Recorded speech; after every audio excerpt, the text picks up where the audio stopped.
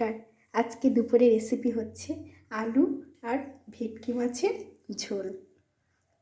তাহলে সবার প্রথমে আমি কড়াই বসিয়ে দিয়েছি। এবার এখানে তেল দিয়ে দিচ্ছি। তেলটা দিয়ে দিলাম। এবার আমি আলুটা ভেজে নেব সুন্দর করে। তাহলে আলুটাকে আমি সুন্দর করে ভেজে নিচ্ছি। এখানে সামান্য 1 চিমটি লবণ দিয়ে দেবো।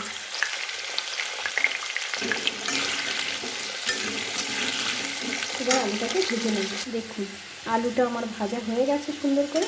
এবার আমি আলুটা তুলে নেব। আলুটা তুলে নিয়েছি। এবার আমি মাছগুলো দিয়ে দেব।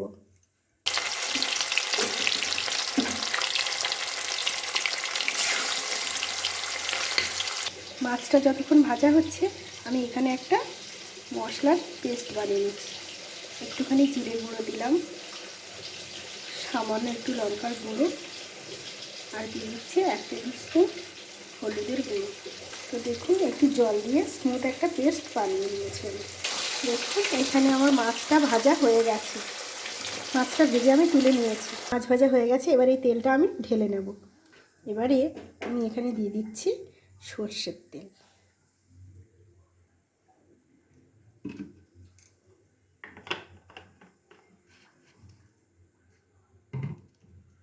সর্ষের তেলের মধ্যে অ্যাড করব 5 ফোড়ন। এবার এর মধ্যে আমি দিয়ে দেবো কুচনো পেঁয়াজ।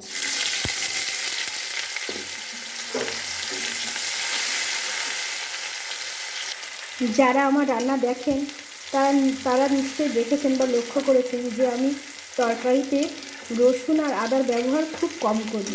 তো আমি এটাতেও দেবো না রসুন আর আদা, শুধু পেঁয়াজ দিয়েই রান্না করব।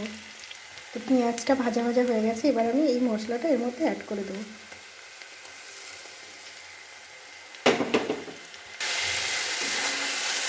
এবার ভালো করে মশলাটা কষিয়ে নিই।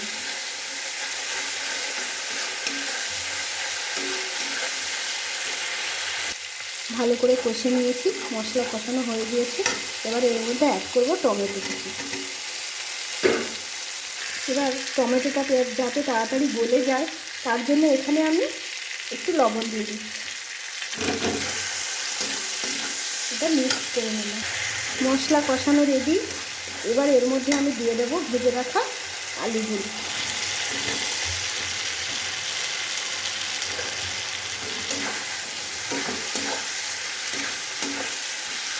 দিয়ে ভালো করে নেড়ে চেড়ে নিচ্ছি। দেখুন আলুটা কষানো রেডি হয়ে গেছে। তো অর্ধেকটা সেদ্ধও হয়ে গেছে। এবার আমি এখানে গরম জল অ্যাড করব।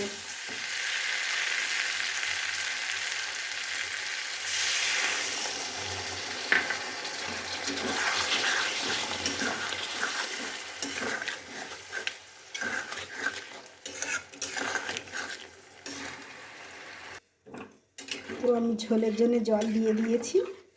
ফুটে উঠলে একবার লবণটা চেক করে নেব, কম হলে আরেকটু দেব। ঝোল ফুটে গেছে, আলুও সেদ্ধ হয়ে গেছে। আমি লবণটা চেক করে নিয়েছি আর আমার দিতে হয়নি। এবার আমি মাছগুলো দিয়ে দিচ্ছি।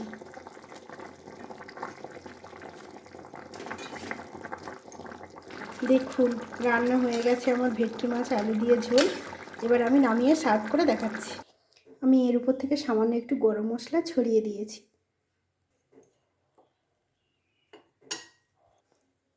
সার্ভ করে নিয়েছি গরম গরম ভেটকি মাছের ঝোল।